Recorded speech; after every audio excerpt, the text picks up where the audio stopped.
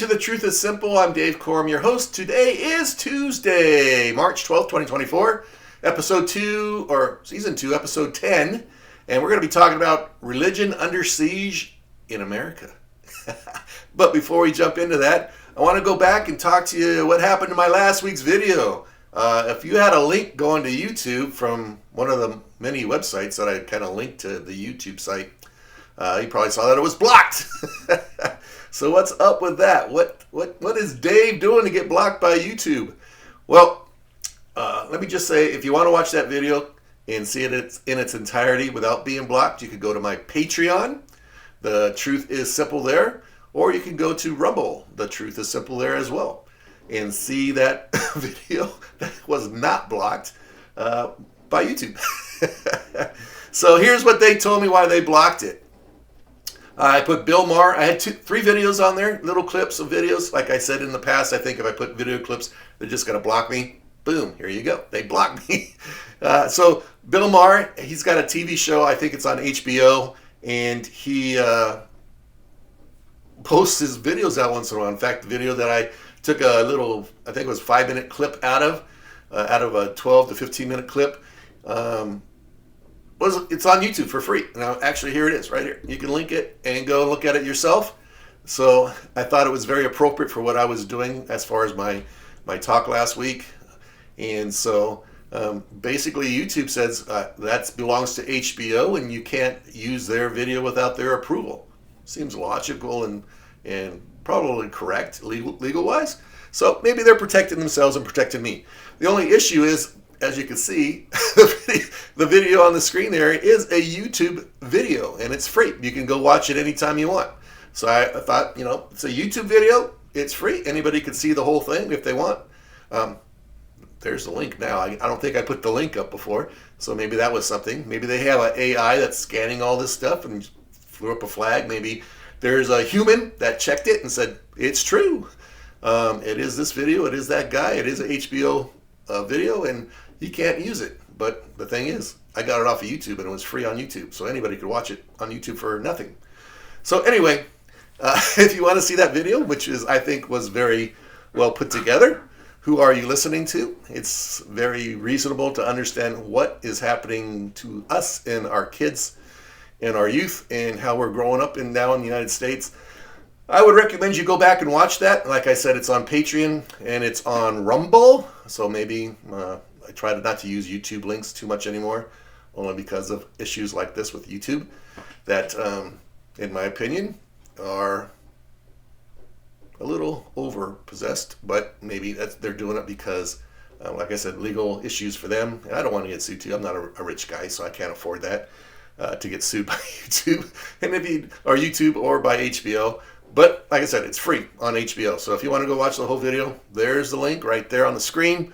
You're welcome to do it on your own and see what Bill Maher says that I kind of agreed with. And I think I was like the first 4.5 to 5 minutes is what I actually put on my video. So with that said, we're done with that. Let's move on to our next topic, which is, that's not what I want up there. That's not what I want up there. It's just going to be me. Yeah, let's go back to that one.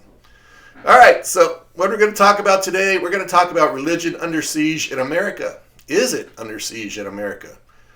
I've heard maybe for the last year and a half, what's going on with the government against Christianity? Why do they seem to be attacking Christianity? I think we see that more often than any other religion, only because there's so many Christians in this country. I think as I move through this video and this vlog, you're going to be able to put kind of 2 and 2 together and see why the government might attack a specific religion, and because Christianity is the largest religion in the United States, and I'll show you the facts of that and how we got to where we are. As a teacher, I always like to put a little bit of history and say, hey, we can't really fix and repair or know how we got where, we can't change things unless we know how we got there in the first place.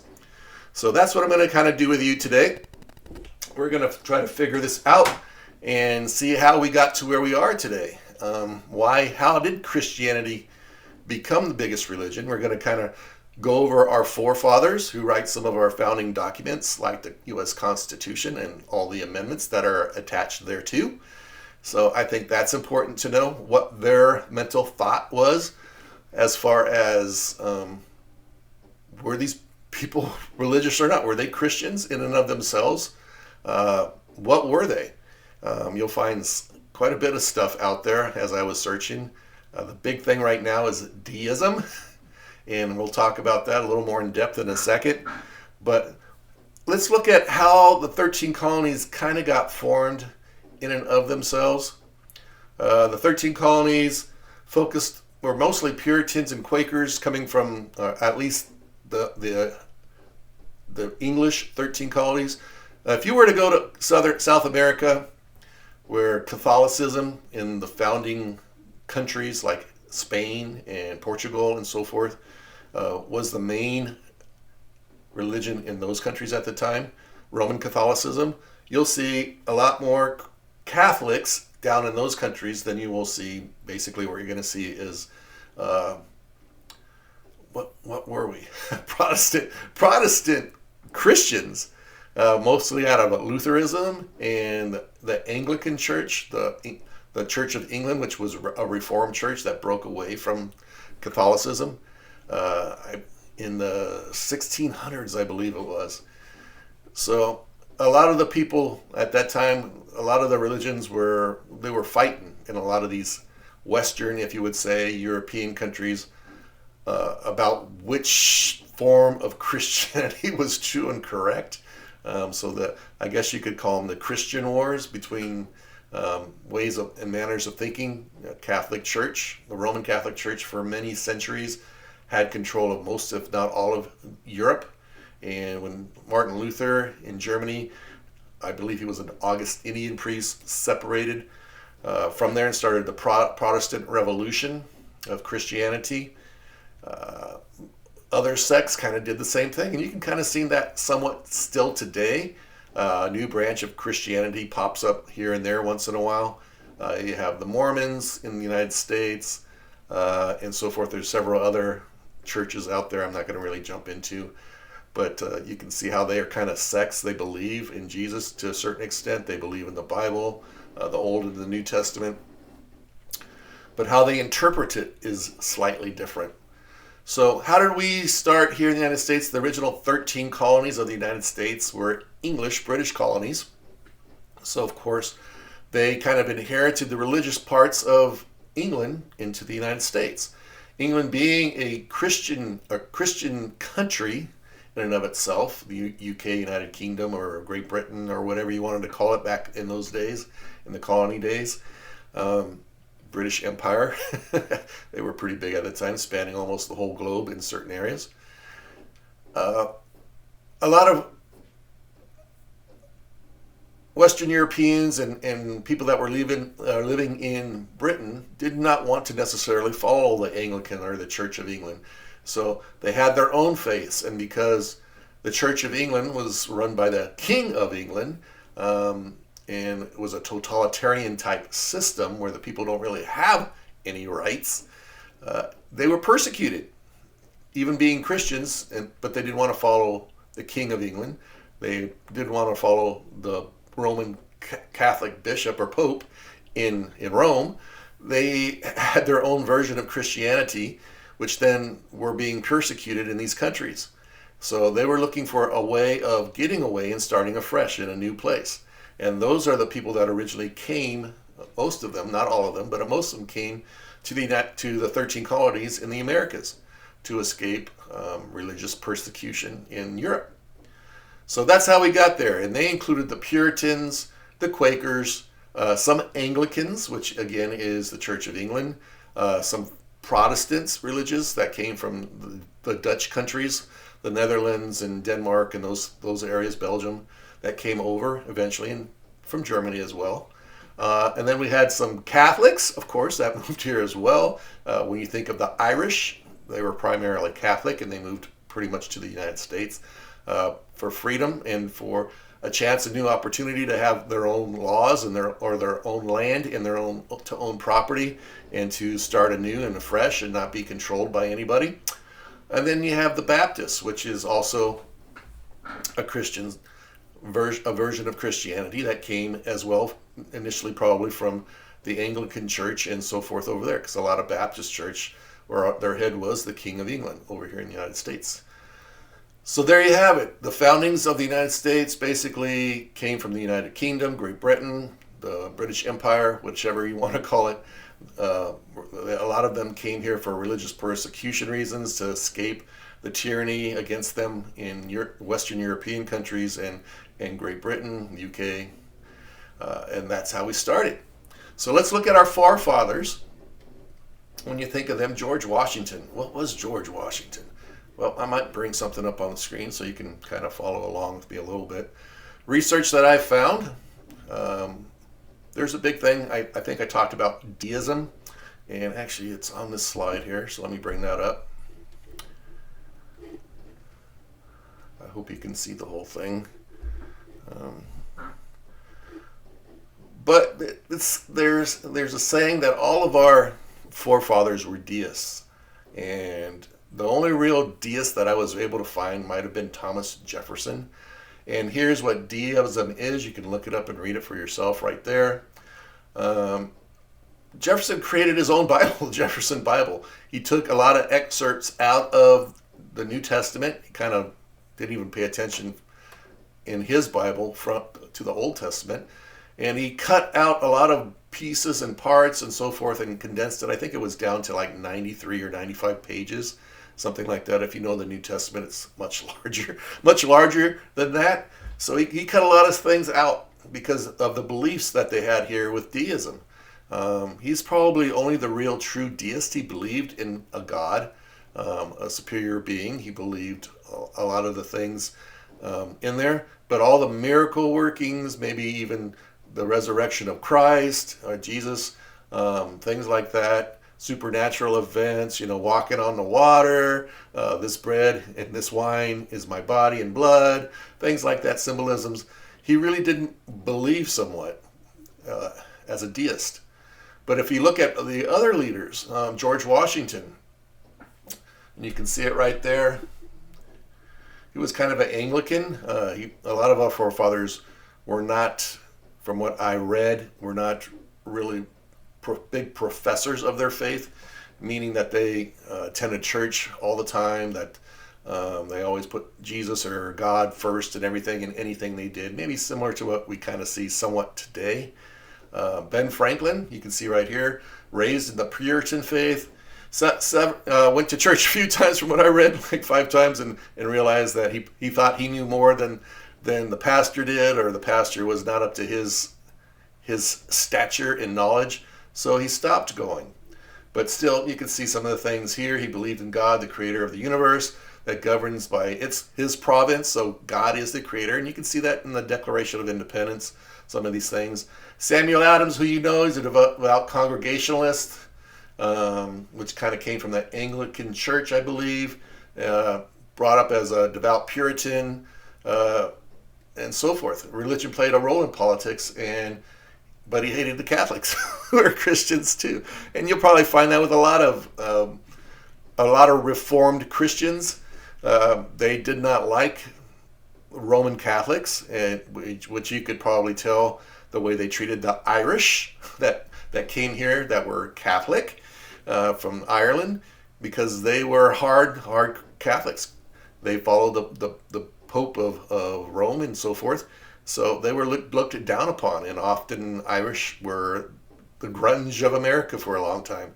They were servants. They did all the dirty, nasty jobs that nobody ever wanted to do. They were somewhat at times considered to be slaves. Indentured servants is probably a better term. Where to come to America, they had to work for somebody to pay off their fare fee for coming across the ocean to someone who paid for their fare to come over here. So they worked for 3, 5, 10 years or whatever it is, whatever they agreed to be a servant for somebody or something or whatever. So you have those Catholics. Alexander Hamilton, a Protestant person. It says professed as a Christian, but was unsure to which faith he was tied into. Uh, well, I was born and raised Catholic myself. I had a falling out with Catholicism in my late teens, early 20s. I still believed in God, didn't really attend church or anything for some time. Ended up getting married, having kids, and thought the morals and values that I learned in my Christian faith as a Catholic and so forth was important values for my child to learn. So there you get the morals and values of how our country was brought up and where the culture and everything kind of comes from is important. So I started to go back to church, and probably for the last 30 years, well, it's not every weekend do I go to church. I still go because I find peace in that and peace in being able to take the troubles of the world and my surroundings and be able to focus on something greater than myself and realizing that that there is something greater, and all the troubles in the world really in itself don't mean a whole lot. There's something afterwards. John Hancock, you can see right there, and James Madison, same thing. Baptized and brought up in the Anglican Church. I didn't look at all the forefathers, to be honest with you. I thought these being probably the main characters that most of us seem to know and care about. You need to know the truth. What is their background? What is their upbringing? What did they believe in religious-wise? And you can definitely see that in our Constitution. In fact, let's look at that real quick. I have it on my next section here, and I'll just scroll up and you can look at that as well. The Constitution in and of itself starts right out with "We the people." How is that? It's symbolically important. Why is that important? Why is "we the people" important? For lots of reasons. It kind of sets up the whole reason for the Bible. For our country. It says that we're in charge, that not one person, not George Washington, not Thomas Jefferson, not anything other than God or we, the people, have the power of the United States. This is the preamble. We, the people of the United States, in order to form a more perfect union, establish justice, ensure domestic tranquility, that means peace and happiness for all, provide for the common defense. We're having an invasion over our border right now. A lot of people coming across the border, maybe initially, were running from tyranny in their countries, but as we see that there are so many coming from areas of like China and so forth, and from Africa, where there's a lot of terrorist activity, and from the Middle East, where we know there are people that don't care about us, our religion, or our country, and our morals and values and so forth. We could be being infiltrated by these people, and now they talk about possibly putting these same persons into our military, who have no reason to defend or protect Americans, us. They have no reason to defend us because of their families, especially if they're just guys coming across and no children or wives coming with them. They have no reason to defend us. They have none. Their families may still be back in their home countries. They're defending them. So by destroying us, they protect them from tyranny and totalitarian governments that they've run from, supposedly, but actually are working for. So don't put that past you. I know. It's just like this guy's coming up with stuff out of the blue. You need to be aware that's what's going on around you. So, but right now we're talking about is the government attacking religion in the United States? And so let's look at the rest of that preamble. For common defense, promote the general welfare, and secure the blessings of liberty to ourselves and our prosperity. So, do you see anything about a certain king? Do you see anything about a certain leader like the president or a certain Congress group, the House or the Senate, or the judges providing this? It says, we the people. We the people, us, the citizens of the country, have the power to overturn and remove people from government and so forth and so on. I'm not being a domestic terrorist here. I'm just reading what's there and interpreting it to what it says. I mean, think about the people who wrote this. back in that time. We're talking about, the late 1700s, early 1800s as far as the time frame. They didn't have cars. They didn't have cell phones. They didn't have the internet. They didn't have TV. They didn't have railroads per se, at least here in the Americas. They had maybe some rail systems back in Europe, but they didn't really have that. It was a pre-industrialized world at that time. Stuff like the steam engine and stuff was not quite there, still, about 25 years, 30 years away. So they thought differently than we do today.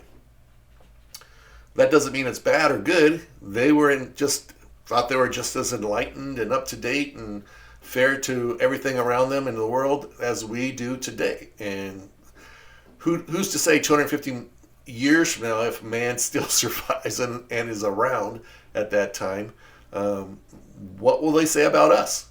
How unenlightened, how crazy and silly we were as a people, believing in certain things that they'll look at and say, those people were just lunatics back in that time period. And there you go. It's what makes us so different from today, from where we will be 250 years from now when they look back on us.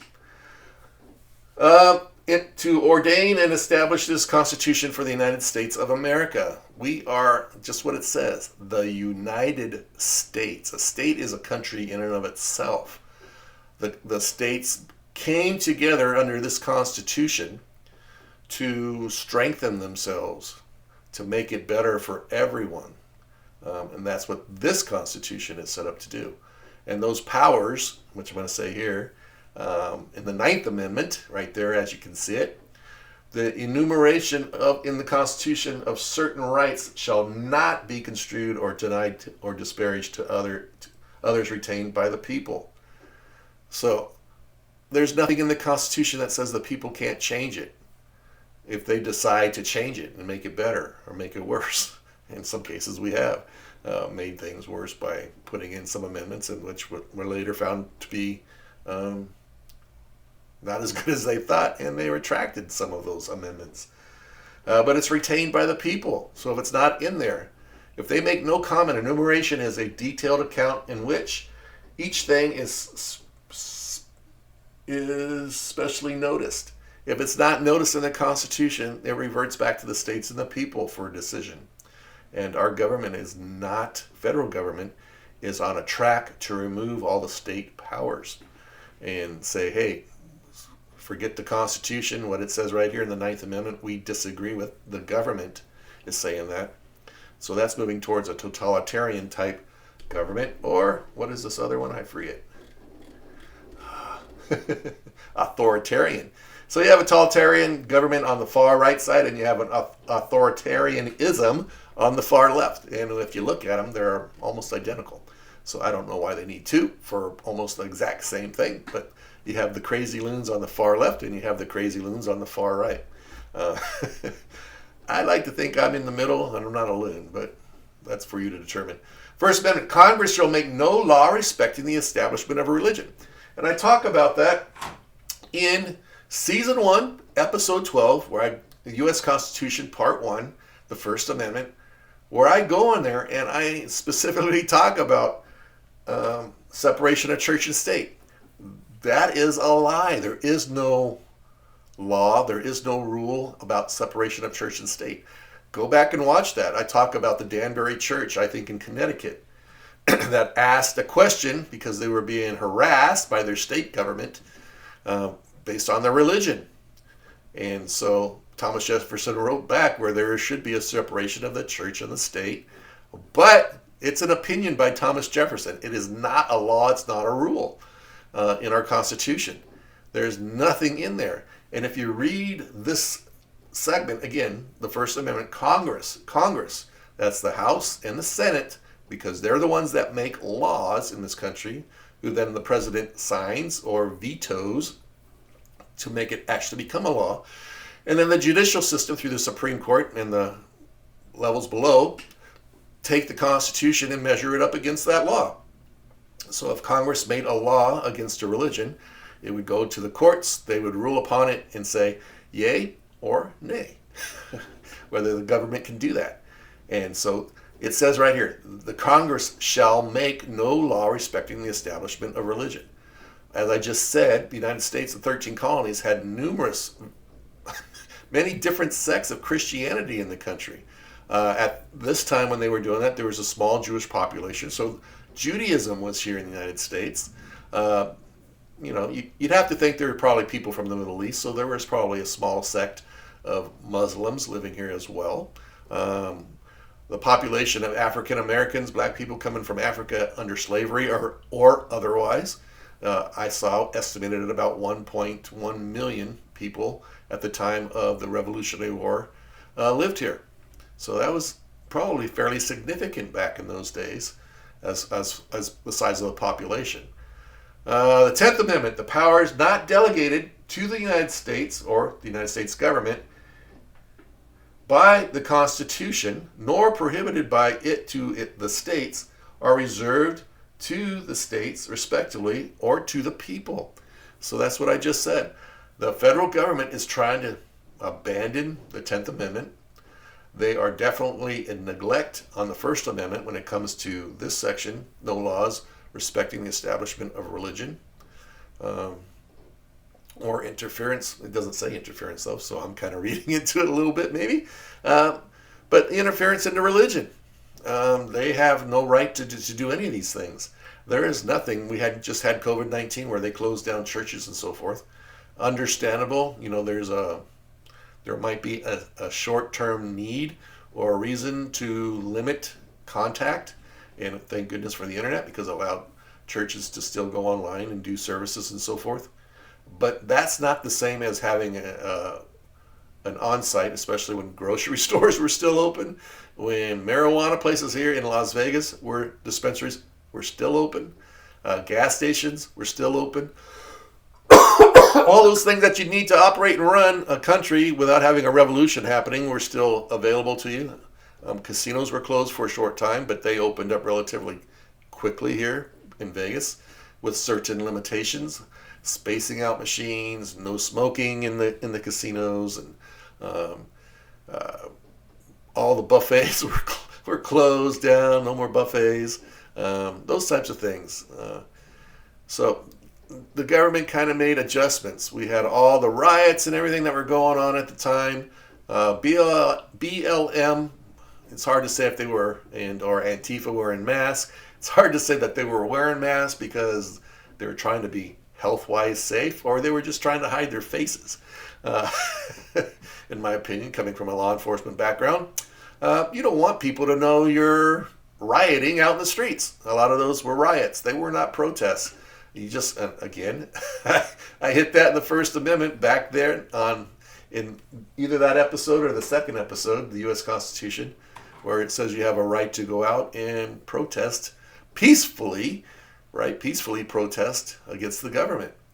But those weren't peaceful. When you start burning things and throwing rocks and breaking windows and destroying people's livelihoods, their businesses and so forth, those are riots. Sorry to say it, but they are. So you have the preamble of the Constitution here. You have the First Amendment, Ninth Amendment, and 10th Amendment, which are currently being violated by our federal government. My opinion, you may totally think opposite of me, but all you got to do is look around you and take in all the information and see what's happening. All right, so let's look at religions of today. So I have this nice little thing right here I can pop up and let you see. Actually, I might have a little nice. Well, no, I don't. Yeah, I do. I do have that view. I just have to change my screen, right? So I don't know if you can see all of that. Let me see if I have a better one. Yeah, it's a little better, right? The only problem is I can't see it. All right, so breaking it down, religions in the United States. Now, this is a little bit dated, I think. So the survey was kind of conducted in 2007 and 2014. So we're, 10 years behind. So it kind of gives you their breakdown right up in here. If you can see my mouse moving around probably. You can see how it's broken down a little bit right there. and how they got to the report numbers and facts here. So Christianity is basically 70%, with all the different types of Christians in the country. You can see how it's broken down. 70% of America is Christian. That's quite substantial, right? So if you're and we're going to look at governments here in a second. If you're a government and you're trying to take total control, how do you do that? What do you need to do? I always talk about I've talked about Saul Alinsky for the last couple weeks and his rules for radicals. If you want to change America, like Obama says, in 5 days we're going to fundamentally transform America. You want to change America. Joe Biden's kind of put that on hyperspeed over the last 3.5 years. If you want to change America, what do? You got to break down its moral values. You got to break down its culture. You got to create division. You have to control the youth that are coming up and what they see, hear, and learn, and how they learn, because they're the ones that are going to go out there and transform America on the ground. We may be actually seeing the first quiet, silent revolution that has ever happened in the world, where there are no weapons. I was watching a video yesterday where Tucker Carlson, I know Tucker, right, and Chris Cuomo, if you know Chris Cuomo, they were polar opposites in an attack. Well, at least they're attacking each other. Maybe Tucker Carlson had the better or attacked more than Cuomo did, but they were attacking each other when one was at CNN, Cuomo, and when Tucker was at Fox. They had a conversation yesterday for about almost 2 hours, and I think if you have not seen that, you should look it up and watch it. They still don't agree on a lot, and as I was watching this, you can kind of see each of them to some aspect. I think Tucker possibly was a little more open. It felt to me like Cuomo was a little more like asking questions, which is good. He's a reporter too, so he's entitled to do that. So they're kind of going back and forth on that. But I just had the feeling that Cuomo was a little more trying to get answers for something beyond the conversation they were having. Maybe it was just for himself, just to satisfy his own personal needs and goals and desires. But if it was something that might come out later that he's going to use for whatever personal reason that he might need. So you should go and watch that, because it was very interesting to see how similar some of their ideas are. Some of their philosophies were not so quite different. I don't know what the fallout has been for Cuomo to go on Tucker's show was. It's kind of like the Putin and Tucker interview. I think the networks were all jealous that Tucker got an interview with Putin, where they may have been trying for the last 2.5 years. None of them have gotten an interview with him. So there probably was some selfish feelings about that and against Tucker. But as we look at the religious things here in the United States, you could definitely see that Christianity is 70.6%. You can see where non-Christian faiths, 5.9%, and that's how they break down. The Jewish religion, Muslim, Buddhist, Hindu. Other faiths, like what? I don't know. Let's see what's there. Bam. Unitarians, other liberals, other faiths, traditional, New Age, and so forth in there. Atheists, you could actually see. I've always said atheist is a religion. And here it is, 3.1%. And they're the ones that usually are fighting against Christians too. I don't know why. Maybe because Christianity is 70.6%. So that's a bigger target to attack than Judaism or being a Muslim or Buddhist or Hindu. There you go. I don't know.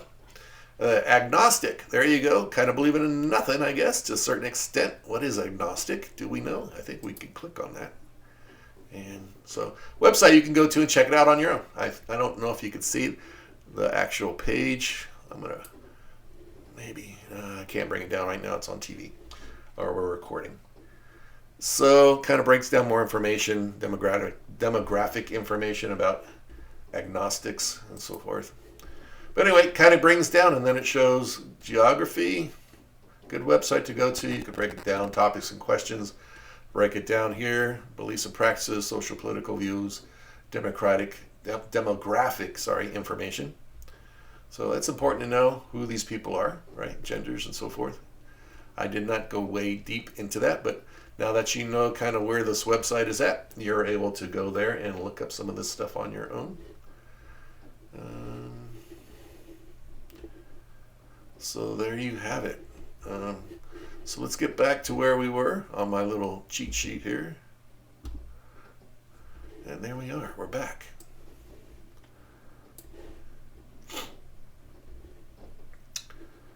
If I can find my other page. There it goes. All right. So let's look at different forms of government and what they actually believe in. I have authoritarianism here, and you can read that for yourself as long as the totalitarianism. Like I said, authoritarianism is basically a far left organization where you have somebody that's in charge. They run everything, and the people have no say, no rights, no anything. You're just peons. You do what you're told, and if you stand up and fight, you're put in jail or you're put away, just done with. They'll execute you. Same thing with totalitarianism. It's kind of the same thing. Authoritarianism is basically a form of communism, and I've been using that. There is no Democratic Party anymore, and that is true. And in that, let's look right here.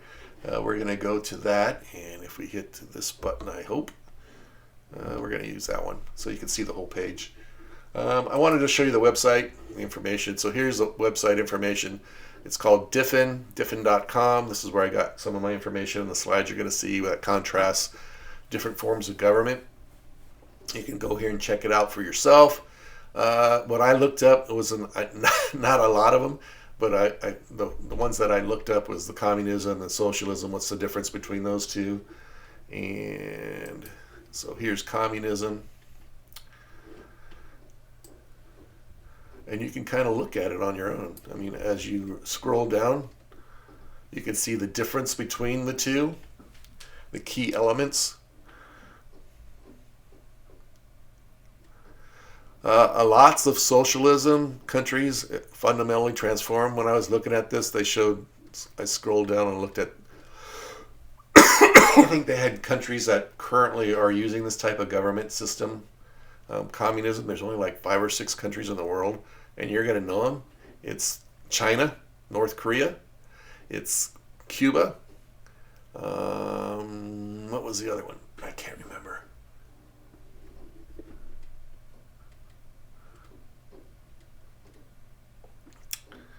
I think it's right here.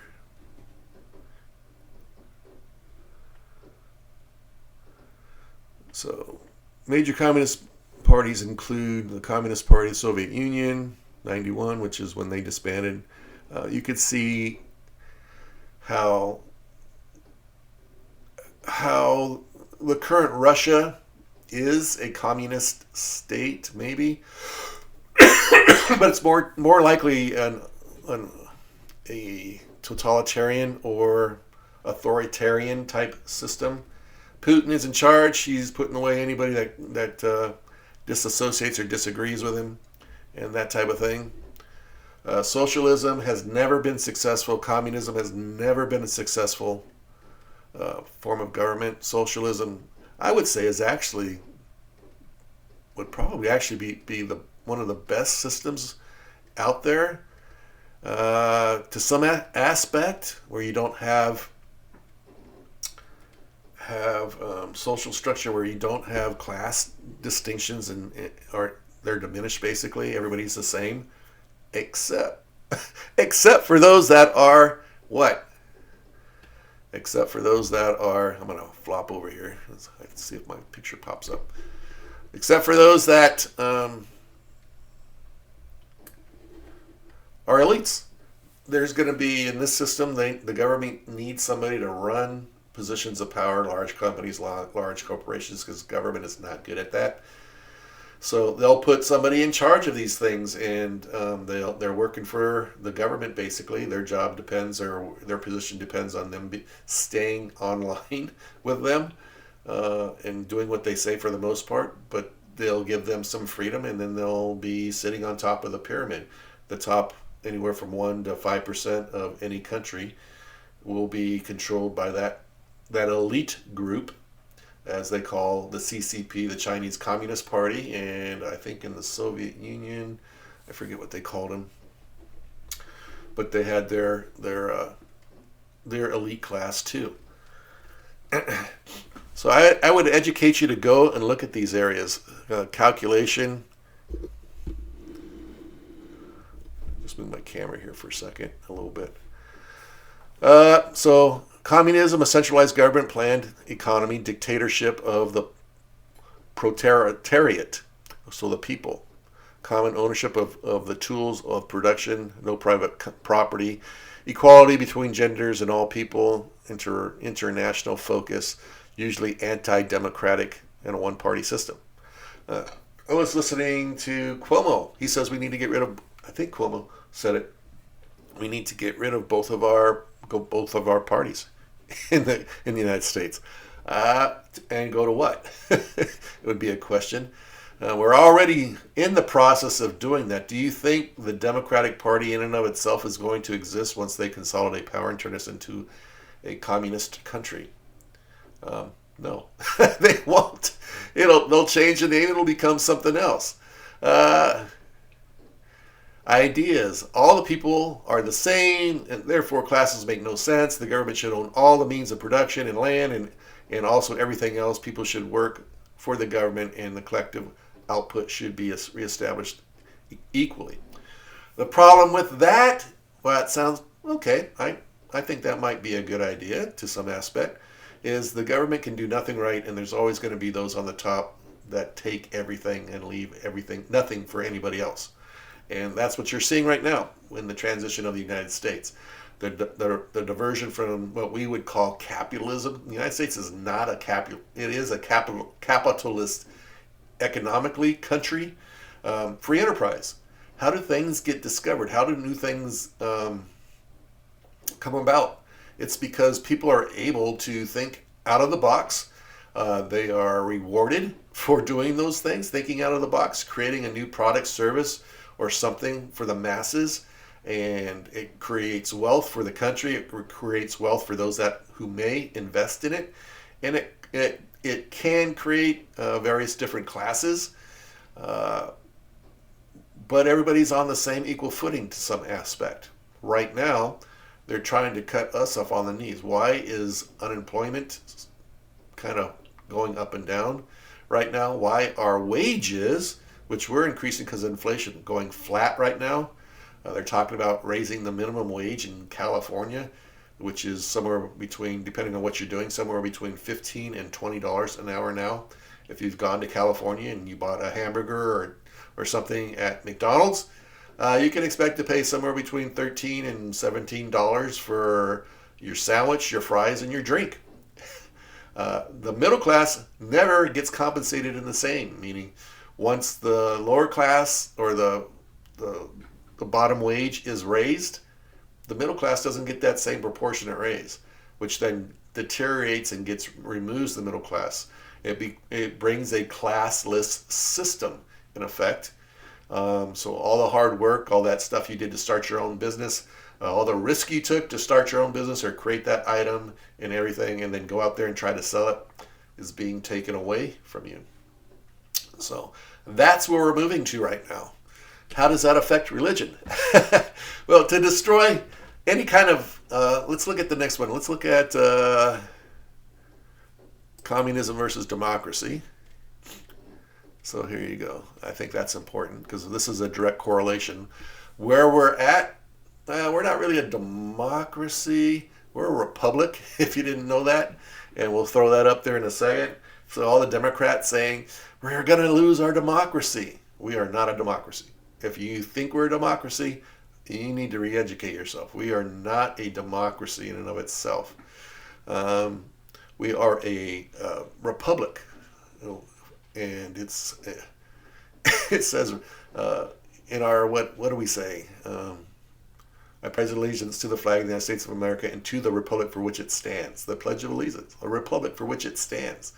It's not a democracy in and of itself, because democracies, the way they are set up, don't actually work, because everybody has an equal share in the discussion. If we had to have laws created somewhere, whether it was in the city or a state, we'd have to have an election almost every week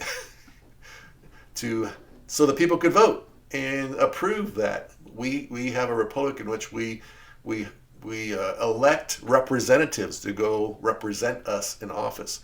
The issue with that is it's been turned upside down on its head with political action committees and those that are lobbyists that are for large companies and corporations that provide large amounts of dollars to political campaigns. Those representing us are not necessarily representing us, the people. They are representing those special interests, and until we clean that up, it's going to be an issue here for some time to come, and that needs to change drastically how we do that in this country. So anyway, with that said, you can kind of see a democracy here, and I have one more. We're going to just pop it up there so you can see the democracy versus a republic. So it has many of the same things as a democracy. One is, let me show you this right here. And I'm going to pop back real quick and show this to you as well for the communist areas. Religion. Generally, freedom of religion is permitted, although a majority faction may limit the religious freedom for the minority faction. Our Constitution kind of prohibits that right now. The government, through the First Amendment, says they shall make no law regarding religion in the country. So it prevents that. Here's the Republic. Generally, freedom of religion is permitted, especially insofar as there is a constitution prohibition on interfering with freedom in religion, which is what we have.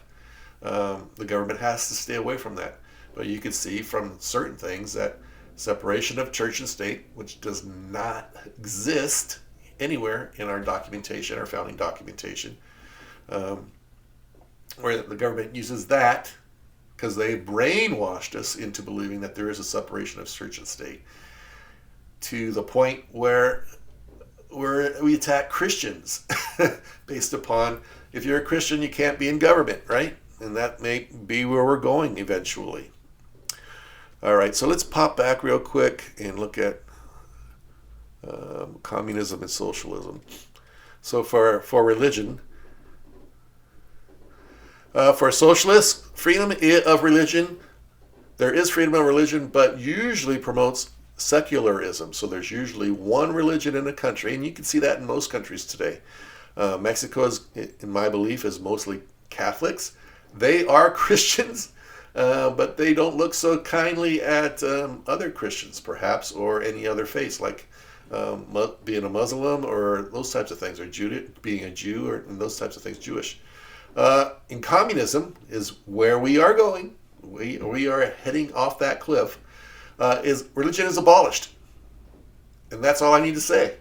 Religion is abolished, because if you believe in God, how can you believe in the government being your primary determiner of how your life is going to be lived? So, you can see the destruction of Christianity, and eventually the others too. But as I showed in the percentage-wise, I think...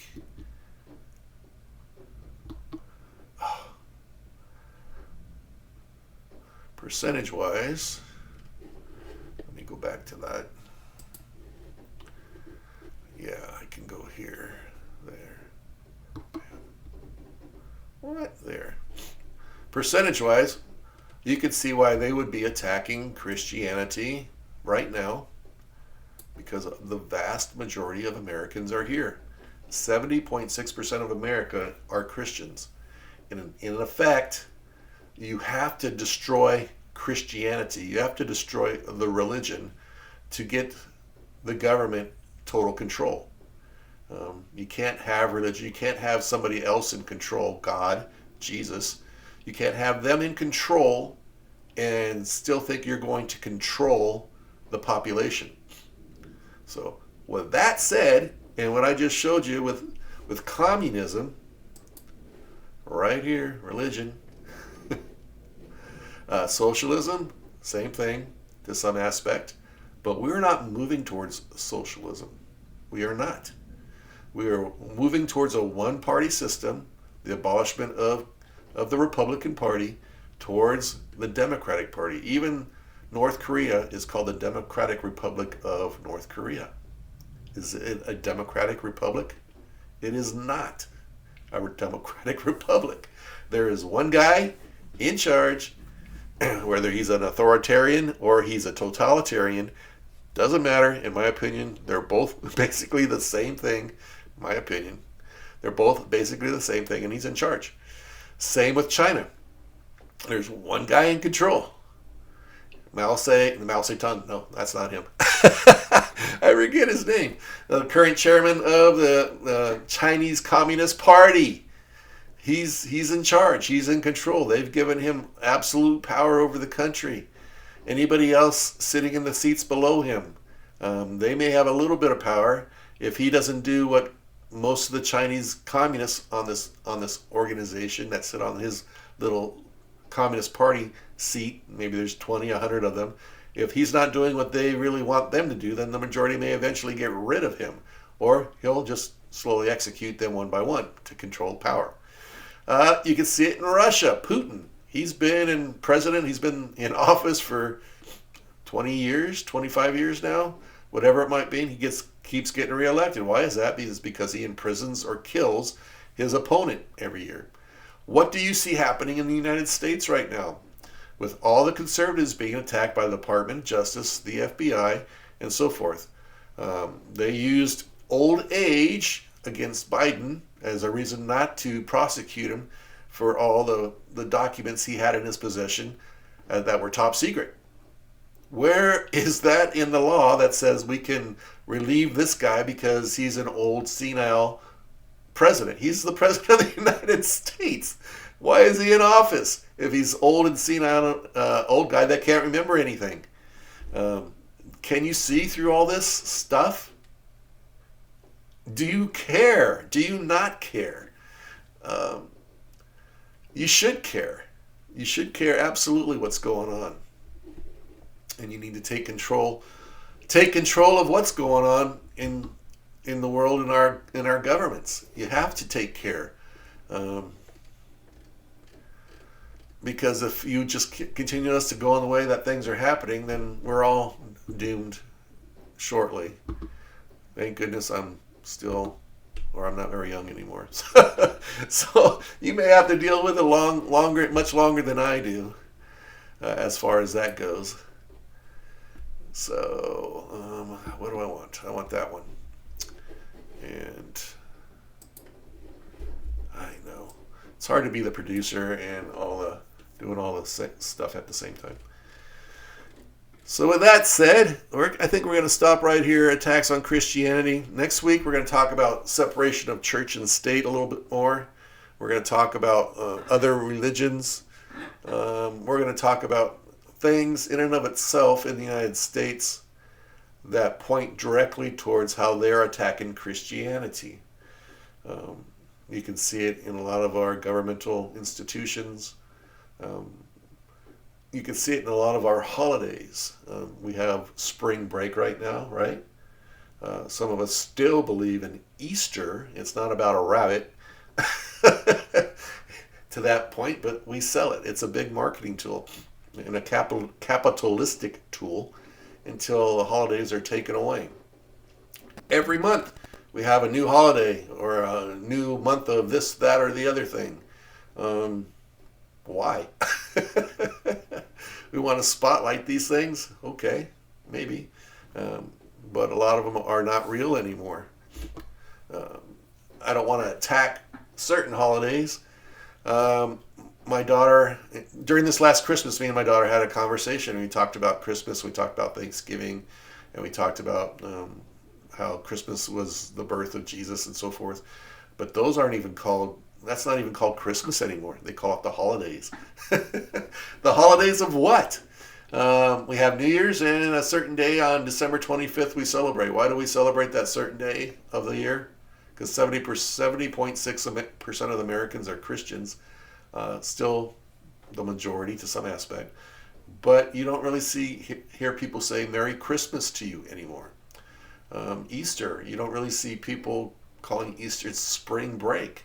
Uh, and so to Christians, which they're trying to destroy, these are attacks on the faith and the morals and values of 70.6, at least 70.6 of the population in the United States. We talked about Kwanzaa, me and my daughter at Christmas time, and how she thought, we're in the season of Kwanzaa. And I said, okay, that might be true. I asked her, what is Kwanzaa? And she really didn't know. And I said it was a holiday created here in the United States for African Americans to celebrate their African heritage to some aspect, but they don't celebrate it in Africa that I know of. At least maybe they're starting to celebrate it because it's kind of bled over from the United States back there, but there is no really Kwanzaa holiday in Africa. So anyway, with that said, we're going to leave it there. And so another attack on religion, attack on our holidays, attack on COVID, locking down churches and saying you can't go to church, arresting, citing, putting people in jail for it. We know the facts now of COVID-19. We know that there was a high cost, but when you look at the fentanyl deaths in the United States, they are going to supersede every death that has died from COVID probably in the next 4 or 5 years. Who cares about that? Huh? The Chinese are killing us, and they're bringing them up through Mexico. So what part does Mexico have in this as well? Anyway, we're done with part 1 of religion under siege in America. We'll have part 2 for you next week. You guys have a great week. If you like what I said, I hope you will share this with somebody. If you dislike and I upset you, I hope you'll come back so I can do that more often. And maybe you can respond to my vlog, my podcast, by putting some comment in there, sharing it with other people. Let's grow this thing. I'm on Patreon as well as Rumble, and sometimes on YouTube when they don't dismiss me for a video that you can just basically get on their website. Anyway. So with that said, you guys have a great week. We'll see you next time. Have a great day and a great week. Bye.